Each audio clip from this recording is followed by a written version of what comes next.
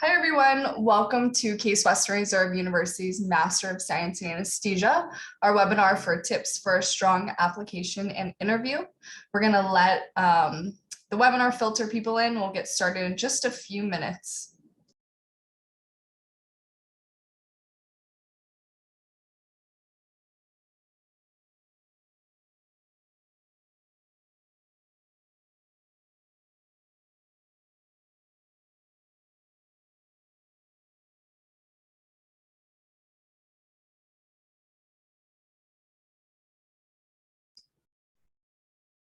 All right, we're going to go ahead and get started. Once again, thank you for joining us. My name is Logan Jacqueline. I am the manager of enrollment for the Master of Science in Anesthesia here at Case Western Reserve University. We're going to jump right into the agenda. So today we're going to start with an overview of the CAA profession, and then we'll dive into an overview of our program. We'll go over the application process, and last but not least, we will dive into the application and interview tips. We'll wrap up the presentation with a Q&A session.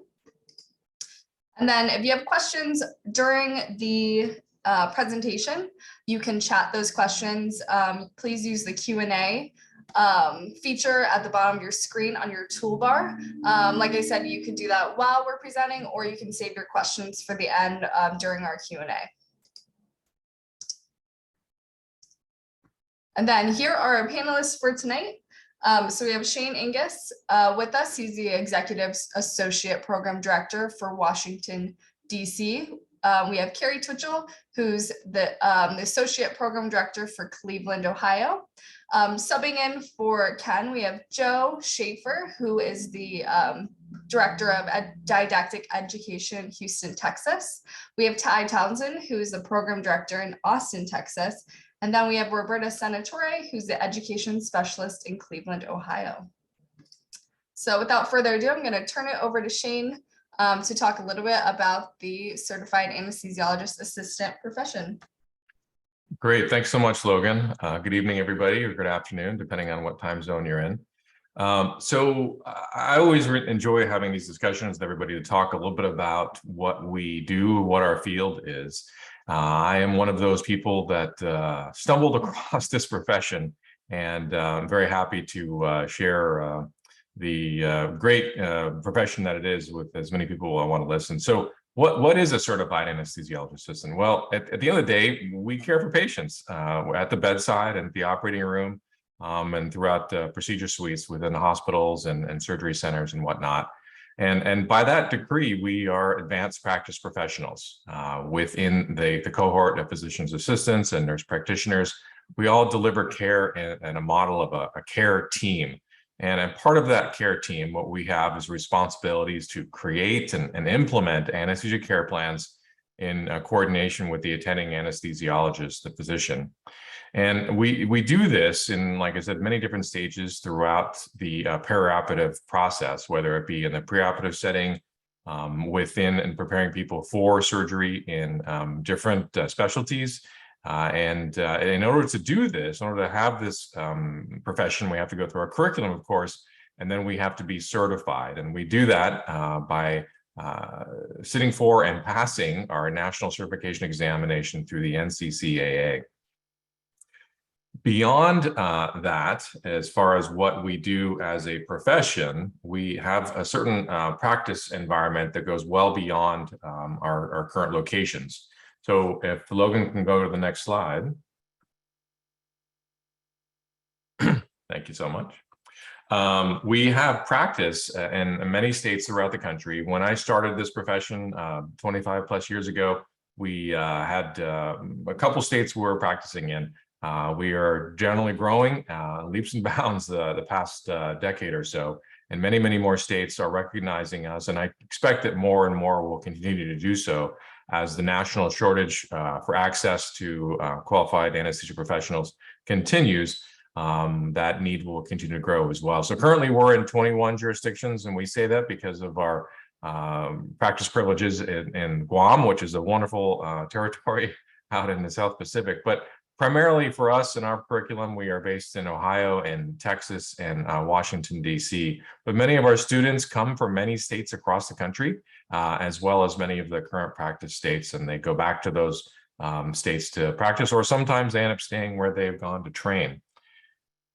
During that process, the training process and the origin of the state they're from, or the origin of the state they're going to go to practice, I think some important things are outcomes. And so if Logan can move the slide on to our outcomes, you can see that, like I said, we do have a very high demand, and it's very common for our recruiters to come to us to say, hey, we'd love to hire some of your graduates. And I typically have to say, well, you might want to come back and try again in another 6 months or so, because most of them already have positions secured. And with that, we end up having that most of our students are getting recruited in their junior and senior year, during that transition between the first year and the second year. Now, not everybody takes a job the first go around. They often want other things to think about and deliberate upon, but there's a very high demand and ample opportunities for our graduates during their training and towards the end. Now, with that, we end up with a very high placement rate and as well a certifying exam passage rate. I think those are two great qualifiers that we prepare people, not for the test, but we do prepare them for clinical care. And along with that comes the ability to do well on our outcomes of our board exam, and importantly in job placements. Our salaries have been growing as well because of the quality, but in addition to the need. And so our last classes that graduated back in May, just a few months ago, many of them were averaging salaries up in the 180s. And so this number that you see here is kind of a range. A lot of it depends upon the practice environment, whether it be a surgery center where you're working traditional hours, or a place where you might be on call and working evenings and nights, taking care of traumas or obstetrics or emergency cases. What's really remarkable too, a little bit, is our ability to work in these different environments. And I speak to that just a little bit. And it's very common for people to have different interests as they go through their life. And it's a common thread, typically, is the younger graduates and practitioners are very keen and interested on working in very intense and very involved procedures and cases. And so you'll find people going into the bigger hospitals with more complicated procedures and larger acuity of the patient population. But then over the time of their life, they might have looking for other interests. They might want to be involved with education. They might want to be involved with their local community, or with their children and picking them up from school on time and things like that.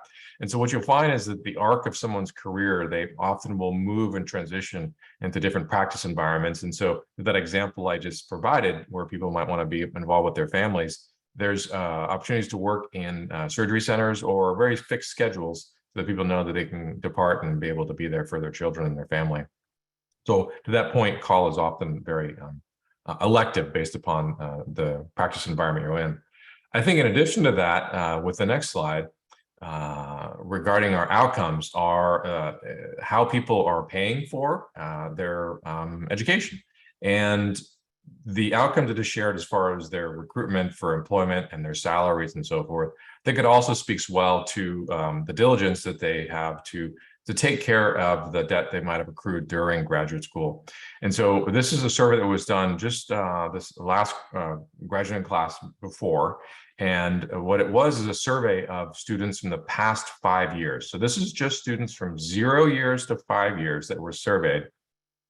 And you can see that the vast majority of them received funding from US-backed government loans. Some had some savings, and some had some access to family and friends to help pay for the tuitions and cost of living. But I think the most important thing to note on the right side is the amount of time to pay off that debt. And remember, this is 0 to 5 years. So this is all people included here.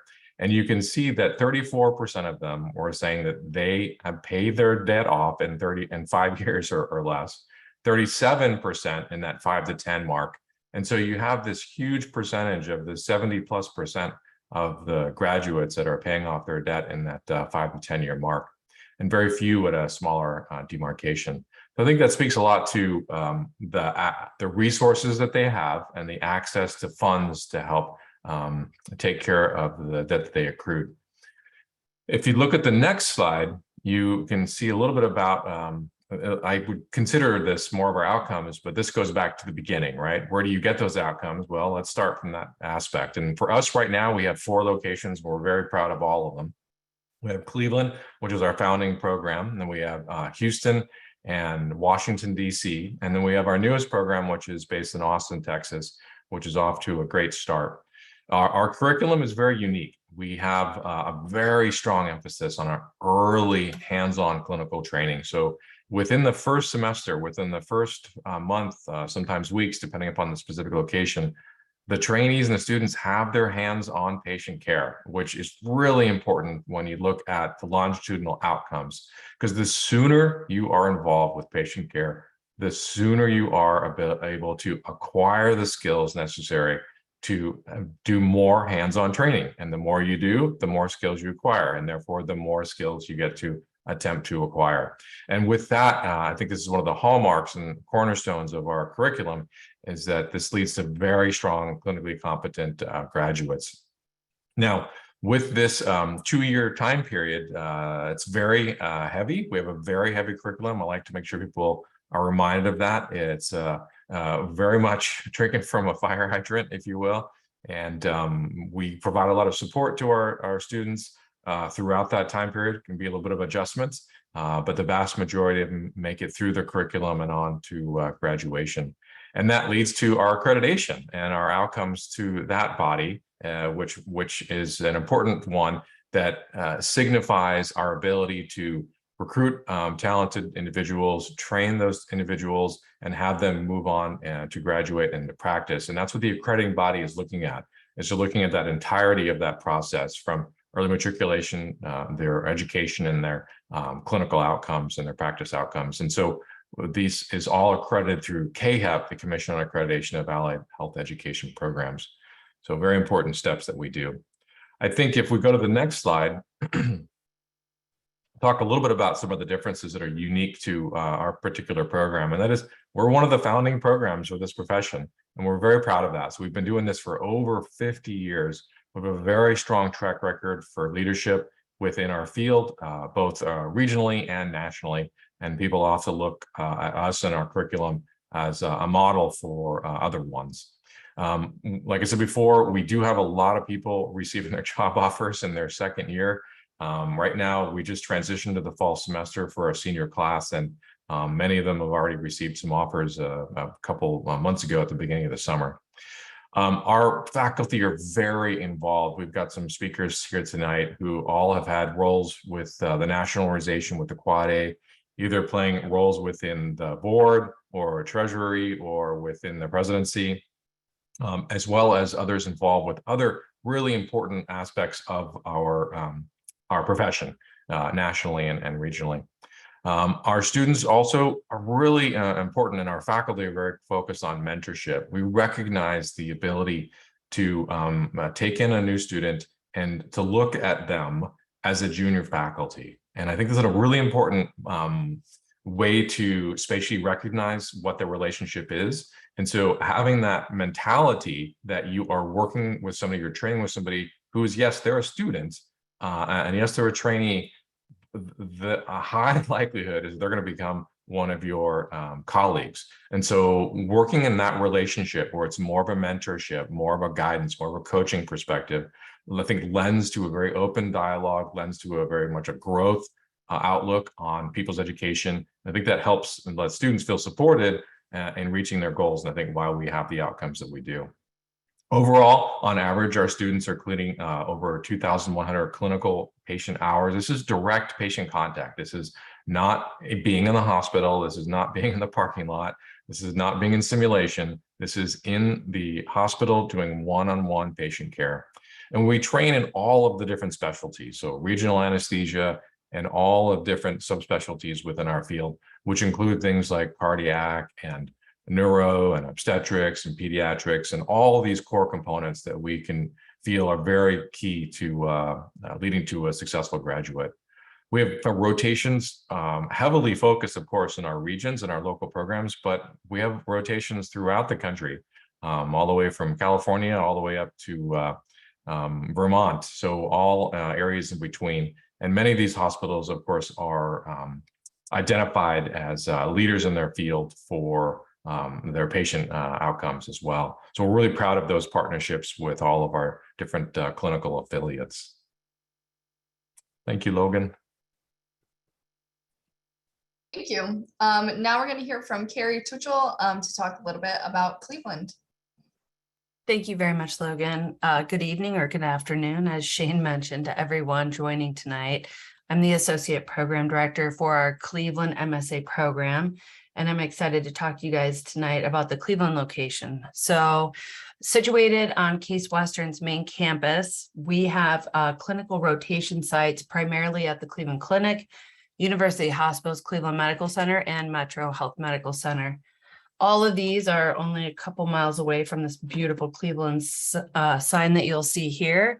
And just a couple steps away in University Circle, you do have an amazing opportunity to go to the Cleveland Art Museum, the Cleveland Orchestra, and Cleveland Botanical Gardens. So I can't say enough nice things about Cleveland other than, you know, our students love it. There is an amazing plethora of clinical opportunities, certainly in the Cleveland area. And so our students take full advantage of that.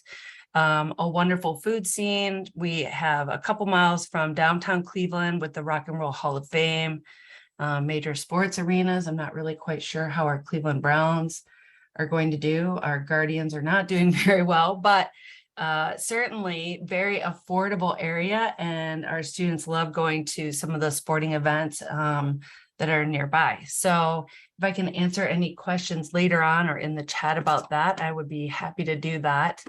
And I believe the next site will be Houston, and Joe Schaefer, if you would like to take this one on. Yes, ma'am. Thank you very much. My name is Joe Schaefer. I work for the Houston program. Houston is an excellent place if anyone's interested in applying for the program here. We have the world's largest medical center, and several of our rotations are in the medical center. Houston is in Harris County. It's the third largest county in the country. So we also have many tertiary hospitals in and around the city that our students get to rotate to. So just staying in Houston, the amount of opportunities for students to rotate and see different cases in different places is fantastic. Houston itself is a great city to live in. It's the third or fourth largest city in the country, depending on who you talk to. It's the most culturally diverse city in the country, so there's something here for everybody. The campus, our classroom itself is located in between the medical center and downtown Houston. If you look at a skyline of Houston, it looks like we've almost got two downtowns, because you'll see the downtown area and then the medical center area. We're located close to many parks and museums, and it's a fantastic place to live. And the program is very has a very strong base in the community. So if anyone has any questions, I'd be happy to answer them later. Thank you, Joe. We're going to turn it back over to Shane to talk about Washington, D.C. All right, thank you. So the program based in Washington, D.C., we are located at DuPont Circle. If anybody's familiar with the district, this is kind of the archetypical location for many different entities within the district. And so we're real pleased with our location there. A lot of activities that take place. Some of our neighbors, of course, include Georgetown University and George Washington University. Those are both mere steps away from our location in DuPont Circle, as are two of our training hospitals, which is at Georgetown University Hospital and George Washington University Hospital. Two other key institutions we collaborate with are MedStar Washington Hospital Center. That's our big, over 1,000 bed hospital we have in Washington, D.C. that has all types of complicated cases you might have heard about, and many you probably even have not heard about, pardon me. In addition to that, another partner of ours is the nation's pediatric hospital, Children's National Medical Center. Our community is sort of multifactorial. One of the largest communities we have here, of course, is that of as a city of higher education. I already mentioned two of the universities that are based here, but we also have a strong presence from Johns Hopkins. We also have a strong presence from the University of Maryland. Just across the Potomac River, we've got a few of the Virginia state schools as well, as American University and Howard University. So it's a very much a college town, and a lot of people, unless they are in the know, don't know that. So I like to share that information and remind them. It's a very young town as well. There's usually people generally in their 20s and 30s and 40s who are really trying to make an impact. And so what you'll find is many people walking the streets and involved in their own fields, doing the best they can to make a difference here nationally and globally. And it's very fun to be around those folks at the local facilities. We have a very rich restaurant and museum scene that many of you probably know about, but we just had our Michelin come through. We had 20 new Michelin restaurants come through about 2 months ago. So they keep growing. And some of them actually affordable too. So that's a little bit about Washington, D.C., our local hospitals, and a little bit about the community we have here. Thank you. Turning it over to Ty Townsend to talk about Austin, Texas. Hello, everyone. I'm Ty Townsend. I'm down here in Austin, Texas, and appreciate all of you joining us this evening. I don't know if Michelin ranks food trucks, but we definitely have a lot of those down here in Austin that cook up a really good meal. Why think about coming to Austin, Texas? We've got great educational opportunities. Our partners for our clinical rotations are Baylor Scott and White and St. David's Healthcare, two of the largest healthcare providers in Austin. And let's see, healthcare in Austin. Right now, we have 4 area hospitals that have been named to the top 100 hospitals in the United States. St. David's Healthcare just recently, back in February, announced a $1 billion initiative where they're going to be constructing 3 new hospitals in the area. Austin, Texas, as most people know, is considered the live capital of music of the world. It's also consistently ranked as one of the most notable food cities in America, although I'm not sure about our Michelin ratings. A 2021 survey found that Austin, Texas was the 4th most desirable city for millennials. We also have 228 days of sunshine, which lends itself to this being a very active and outdoor environment with tons of parks, walking trails. We have Lake Austin that we can get to within about 30 minutes from the program, as well as Zelker Park, which is a large park in downtown Austin, and that is about 15 minutes from the program. Austin, Texas, a few years ago was ranked the 3rd fastest growing metropolitan area. I believe it's even increased in that rating.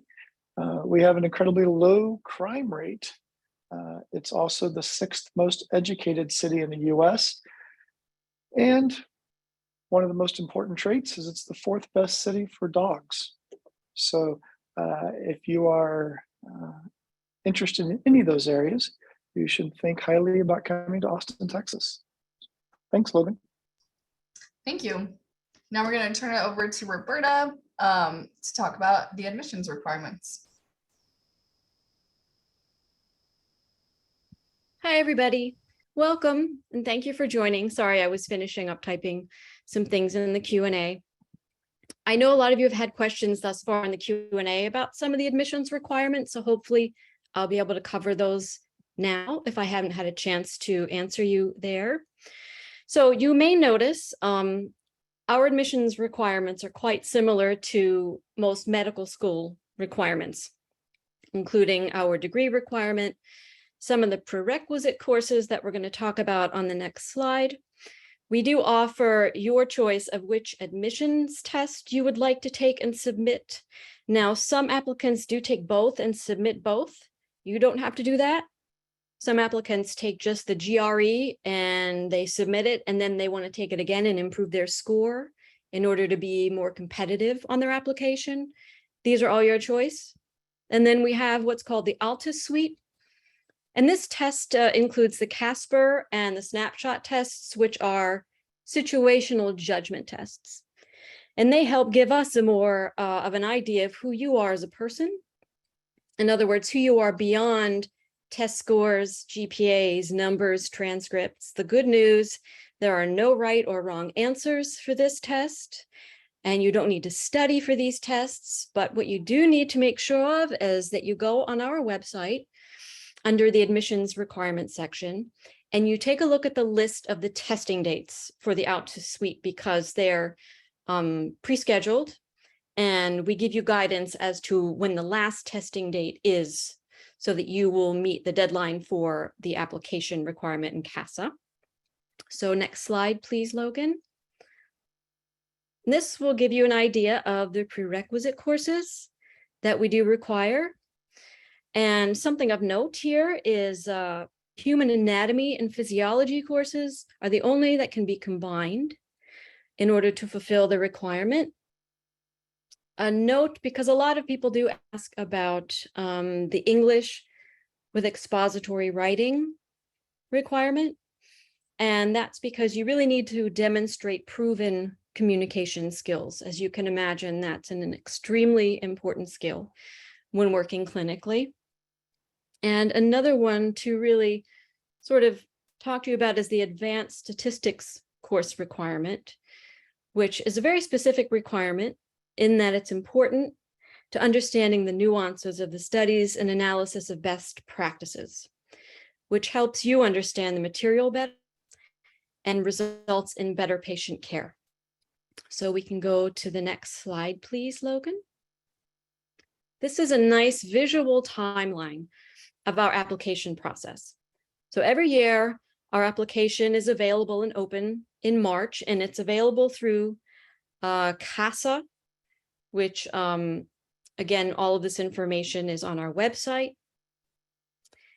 And we start usually interviewing, this year it's in August, sometimes it's in September. We interview through February. And there are two important deadlines to consider for your application process.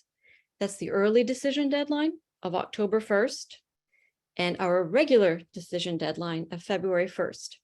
So if you are very serious and if you are competitive, the early decision deadline is important because this is a rolling admissions process. We're constantly interviewing and we're constantly making offers.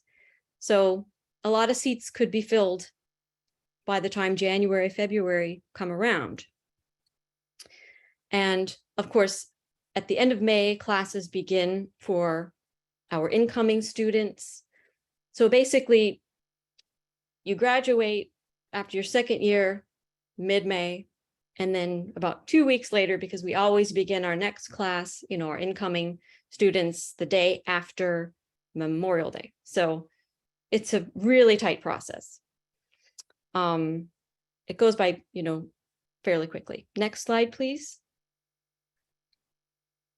Now, application tips, which are pretty important for everyone to make note of, is that you must meet all of the minimum requirements before matriculation. So often people are concerned with, well, what if I'm submitting my application for the October 1st deadline, but I'm still enrolled as a student and fulfilling my undergraduate degree, and I haven't taken this prerequisite yet or that one. Well, that's understood.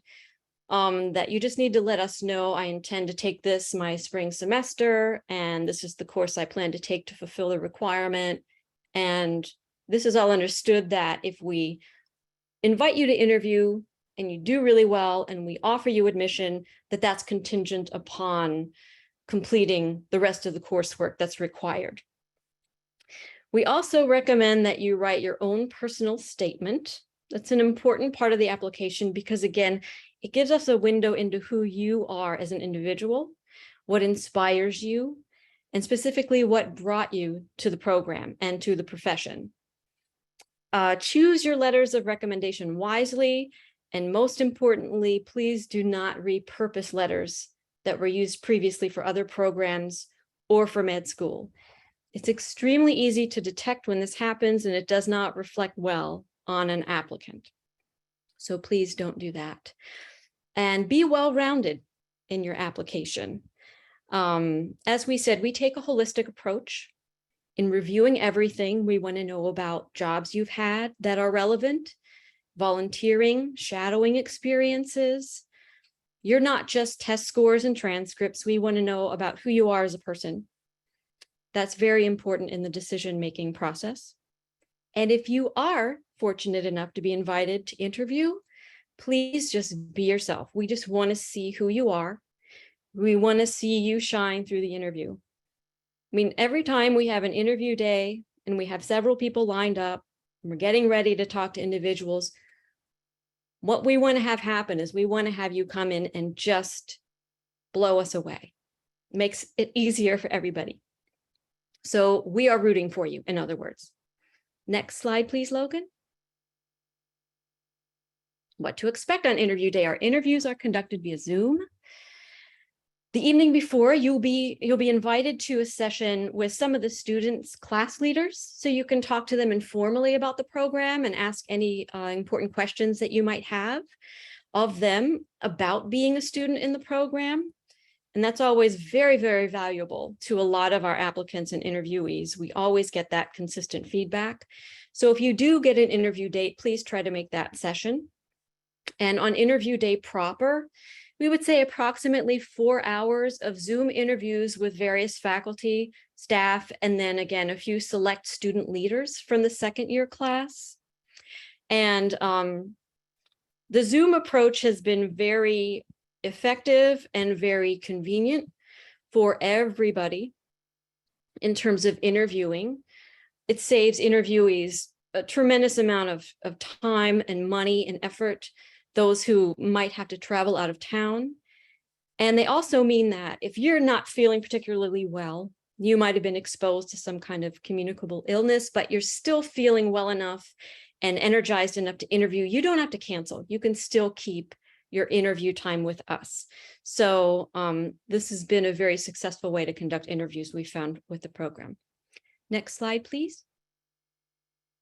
So these tips are important to remember and keep in mind if you come to interview, but I also want to let you know that this is emailed to all of our interviewees as well ahead of time. So you can pay attention to this now, but realize that if you're invited to interview, we're going to send you these tips again before your interview.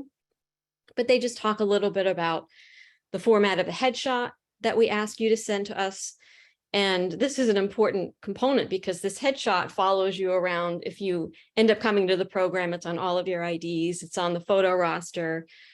We give you tips about how to send us the best headshot for those purposes. You should dress professionally, and we recommend business casual, obviously, something that you would use for a bit like a job interview.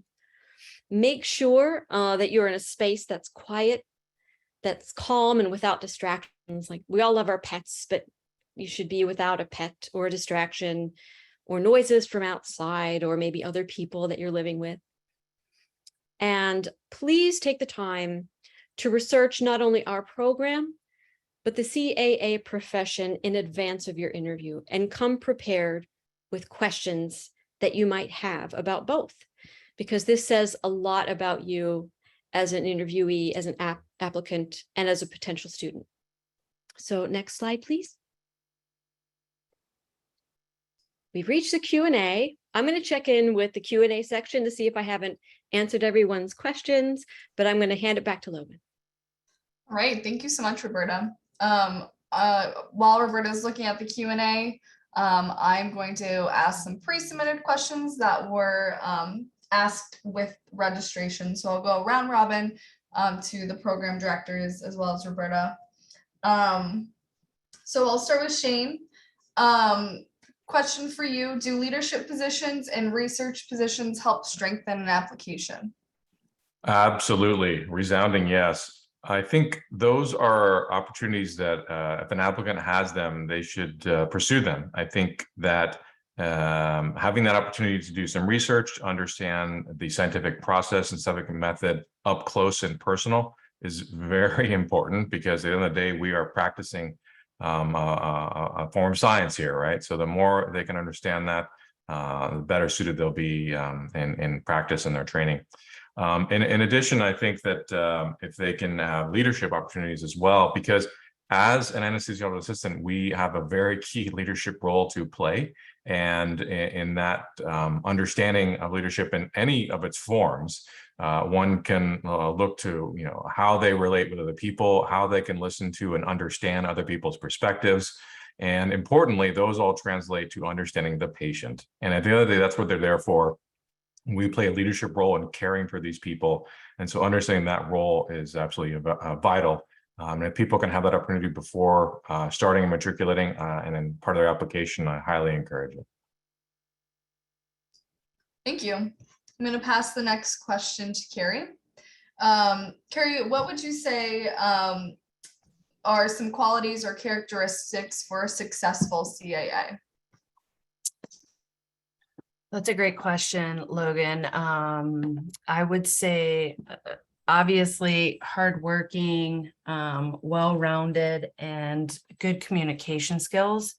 We are really the voice of the patient when they can't speak. And so it becomes incumbent upon us to not just be really good team players, but have the ability to kind of work with all of the teams and advocate for the patient. So I put communication right up there with one of my top answers. I think, I love to see students who are really excited to be here because it's exciting. Shane kind of intimated that he fell upon this program, and so did I, and it was the best thing I could have ever hoped for. So we are very fortunate. So passionate students who are energetic, hardworking, great communication skills, and just very, you have to be able to be flexible and have good time management.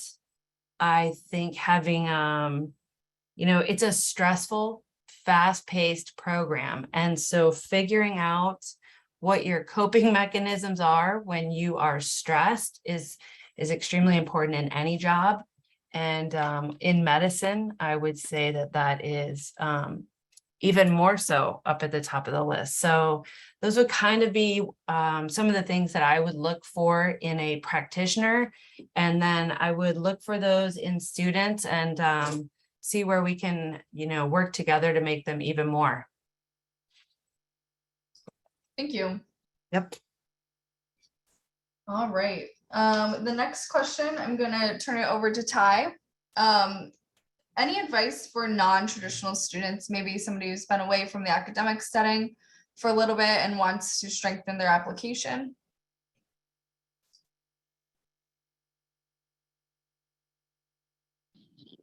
Sure. Thanks, Logan. I myself was a non-traditional student. I returned to school about 3 years after I finished undergraduate. So yes, be true to who you are and what you have experienced. And so when I'm talking to individuals about interviewing and about going through the program, but especially during the interview process, share who you are and don't just talk about the events, but talk about how those events helped shape your life. Talk about the experiences and what they've meant to you and the way that they have helped guide and direct you to get to this point. That's one of the unique things about non-traditional students is that they have experiences from which they can pull upon. So, thank you, Logan. Thank you. All right. I'm going to turn it back over to Shane. Can a couple students asked what the difference between a delegatory authority is, and does the job change between those states? Yeah, that's a great question. You have to think historical here, and many legislative bodies in different states, for a variety of fields, I should add, determined early on that they didn't know it all. And they said, look, we don't know everything about a particular field, and this one we'll say for anesthesia, but there's many other ones. And we don't know what the future looks like. And so we are going to give a lot of the authority, we're going to delegate a lot of the authority to the professionals in that field. And with that, they have to follow their due process and be very deliberate on what the physician in this case can delegate, what care they can delegate to other individuals. And so with that, in those states, we have that authority provided to us from the legislative body to the or through the Board of Medicine to the physicians and then on to us. And other states, there's a legislation, there's a bill, there's a law that outlines the administrative responsibilities we have for attaining and retaining our license. And that's a different body and a different process. But those are subtle differences between the two. At the end of the day, the practice is the same. Of course, there's going to be variability based upon geography. That's very normal for all fields and all specialties. But overall, the professional differences and the practice differences are negligible. Thank you. I'm going to pass this next question to Joe. What work students would like to know examples of work and volunteer experience that are relevant to having a strong application. Can you give us a few? Maybe that would be a scribe or an anesthesia tech, things like that. Yeah, so I mean, obviously, anything that gets you experience, a clinical experience, would be a great way to strengthen your application. We've seen everything from anesthesia techs, scribes, certified nursing assistants, anything that gets you in and around the clinical setting that'll make you more familiar with how healthcare is provided in this country. Would be a great way to get some experience. Or if you can't even, not even necessarily a full position, just volunteering at a hospital, volunteering in a medical setting, anything that you can do that'll show that you're interested in patient care and that you have at least some experience, working in a healthcare setting. Thank you. I'm going to turn the next question over to Roberta. Can you give us some examples of who to ask to write your letters of recommendation? Certainly. We've had people ask previous professors or employers. Some have even asked clergy. What you don't want to do is ask family or friends. Believe it or not, I once had someone say, hey, my wife's a nurse. Can she write my letter? No. No. So somebody that obviously you've worked with or known in either an academic or professional setting would be ideal. Thank you. And then I'm just going to chime in here. I see in the Q&A we have a lot of specific questions about prereqs. They're great questions, but I think we'd be able to better answer you over email. So please email us at msaprogram@case.edu with your specific class, as well as your syllabus, and our admissions team will be able to get your answer quickly for you. Just so you have that knowledge. I'm going to turn it back over to Shane. What's the best way to connect with a current CAA if you don't know any CAAs? Yeah, that's wonderful, right? Like, how do you find the people that you think you might want to become like? And so, especially in our field, because it's you can't just walk into an operating room for an untold amount of reasons. You're unable to do that, thankfully. So I think there are a couple ways to do that. One is if you're approximate and within a few hours to one of our programs, absolutely connect with the administrative team there and get to know them. Find a time where you can come by and visit and meet some of the current students, and at the same time we'll be meeting some of the faculty, and that's a great way to start the dialogue and the conversation.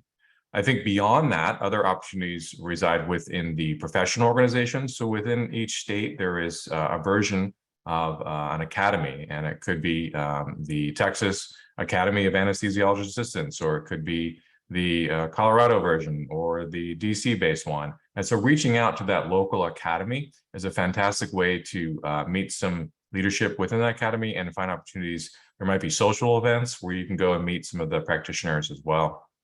In addition to that are the state academies for the anesthesiologists, for the physicians. And so reaching out to them, and theirs is referred to as the societies. So there's the Texas Society of Anesthesiologists, the Ohio Society of Anesthesiologists.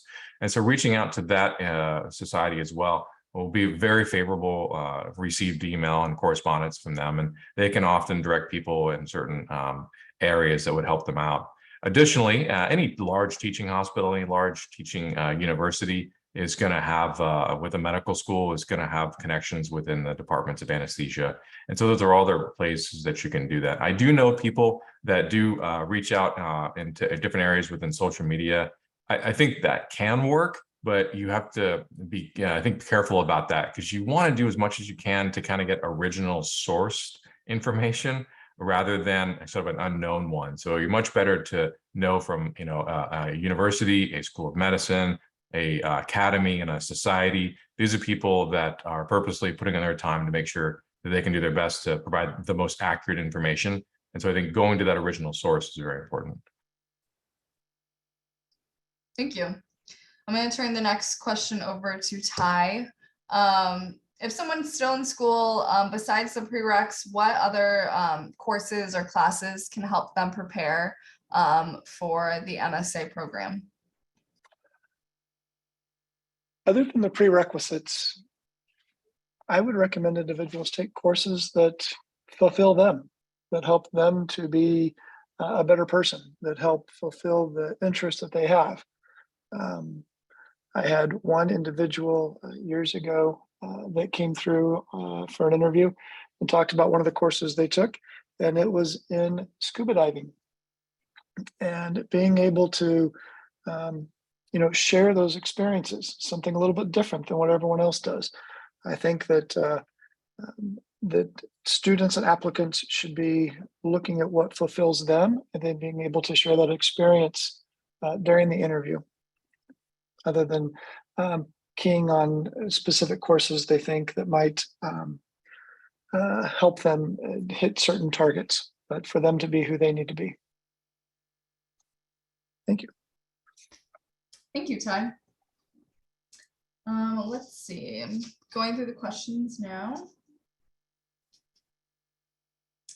I'm going to turn this one over to Shane.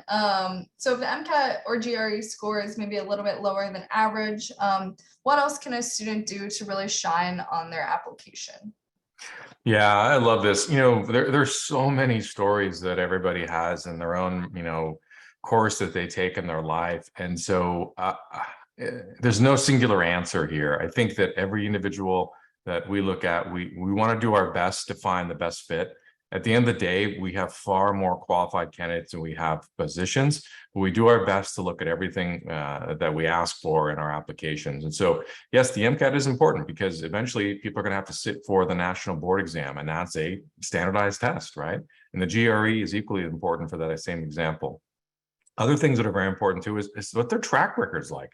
What was their performance semester after semester, year after year in academics? Because we have a very rigorous curriculum, and we want to make sure that we're going to select people who are going to succeed within our curriculum. And so having that prior track record also adds to it. Other questions asked prior was about service, about research, about leadership opportunities. All of those are very important. I did want to emphasize the service component, areas where people can, serve the community at large or their local community, an individual community are very important, because in the day, we also are in the service industry. We care for the people. And so people who have those experiences can bring that to bear as a benefit for them and their training. I think other things that might stick out as well are people who have had an opportunity to seek clinical experiences, whether that be in the retirement home where you are sitting with, Miss Lynn, who is 96 years old and who has a very, very long medical history, and decides to start sharing with you week after week as you hang out with her and spend some time with her. I think those are great, valuable opportunities, because many of our patients are older and many of them have a significant list of comorbidities and many different medications that they're on as well.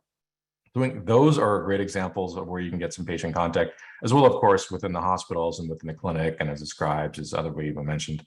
But I think those are a couple of areas that are all aspects. Other thing we look at too, as far as where someone might kind of separate themselves and distinguish themselves, is we have a lot of people who are in the life sciences. That's very normal. I was in a life sciences background as well.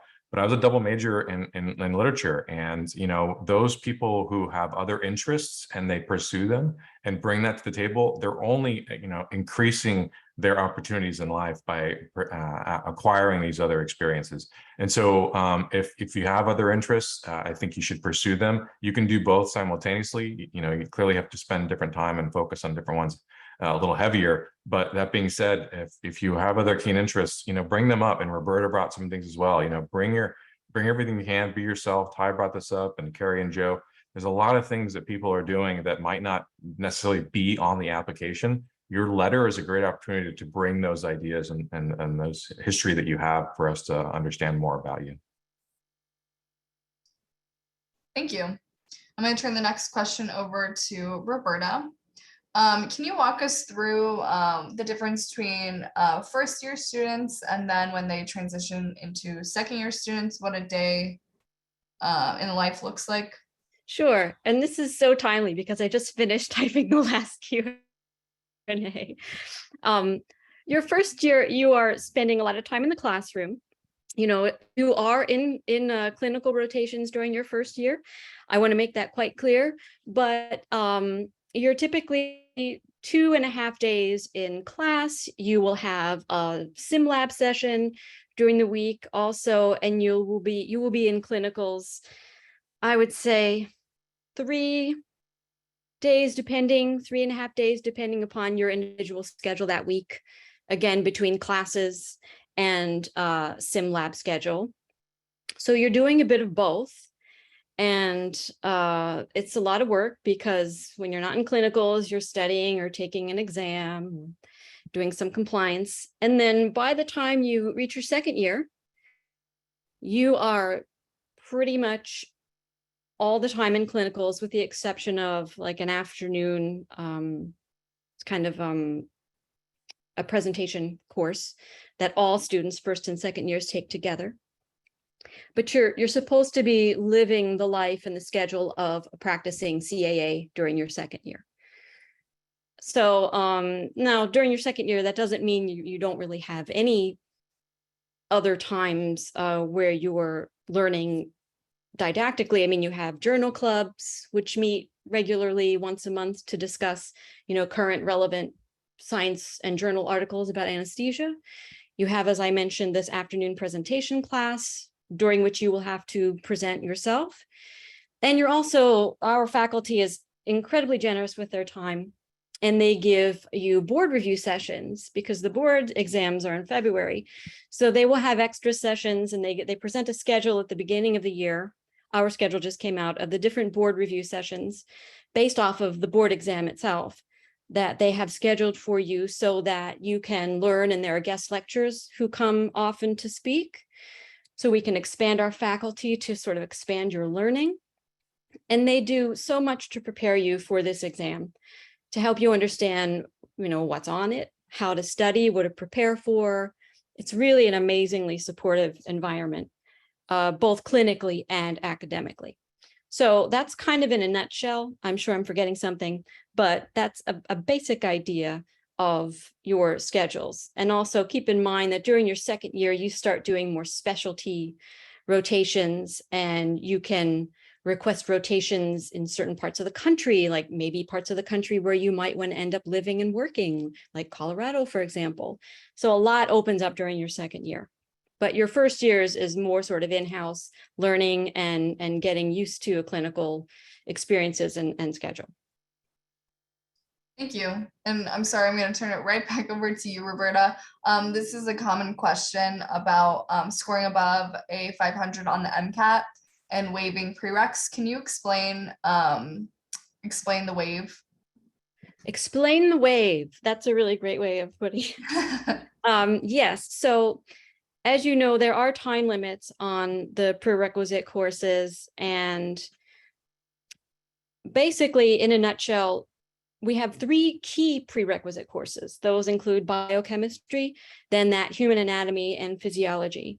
So they have to be taken within 5 years of the deadline that you choose, and then all others have to be taken within 7 years. And where the MCAT score comes in is if you can score 500 or higher on that test, then those time limits specifically can be waived, the 5 and 7 year time limits. But that's provided that the MCAT score is recent. So you had to have taken the MCAT within 3 years of your application deadline. I know this is a lot of numbers to keep in your head, but basically it makes sense because that's telling us, well, your knowledge of this coursework is current. So we're not going to ask you to retake older coursework. Now, I know a few people ask, well, what if my prerequisites are 10 plus years old? Will that MCAT score waive that? No, not currently. We don't allow that. So we would ask that you retake some of those courses that are older, that are 10 plus years, certainly older. We can only waive the time limit for 7 years on most prerequisites and only 5 years on those key 3 prerequisites that I mentioned.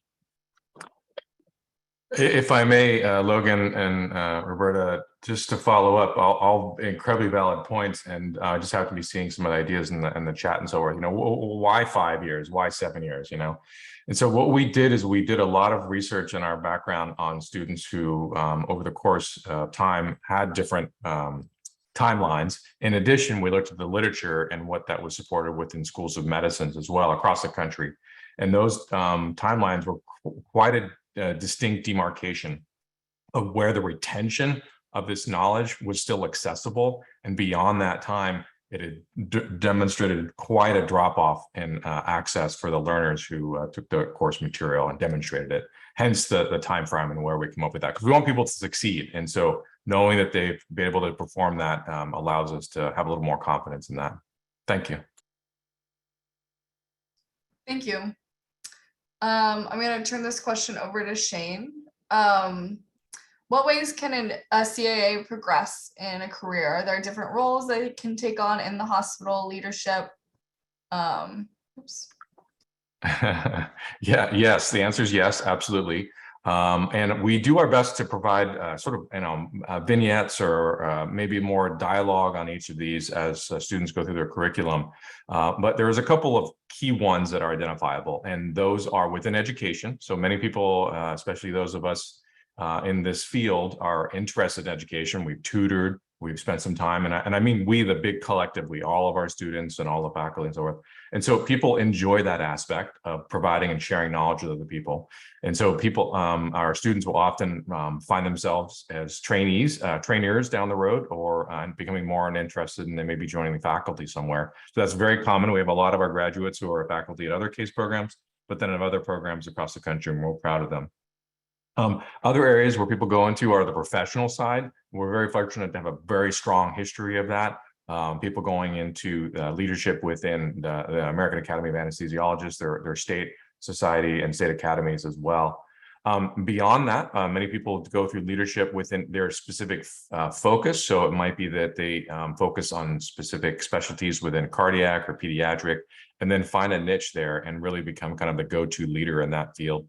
And then in addition to that would be people who go on to become chief anesthetists, or sort of the departmental leader within that hospital or within that system. And those, of course, can rise into different positions. So those are kind of the key ones people often will go into.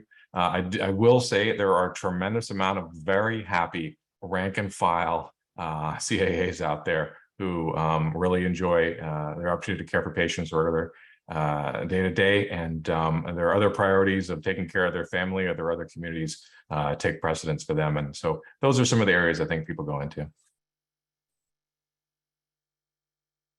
Thank you. I think we have time for one more question. I'm going to hand it over to Ty. I guess quickly, I know this might be hard, but can you give us what it's like a day in the life of a CAA, and maybe how might it vary from setting to setting? Wow, great question. Our days are incredibly variable for what we do. There is some basic structure to it. We show up at the hospital, we get our rooms ready to go, we see our patients, we take our patients back, and we take excellent care of them while they're back fit for surgery. So the framework doesn't change a whole lot, but the cases that we take care of, depending on where you work, can vary significantly.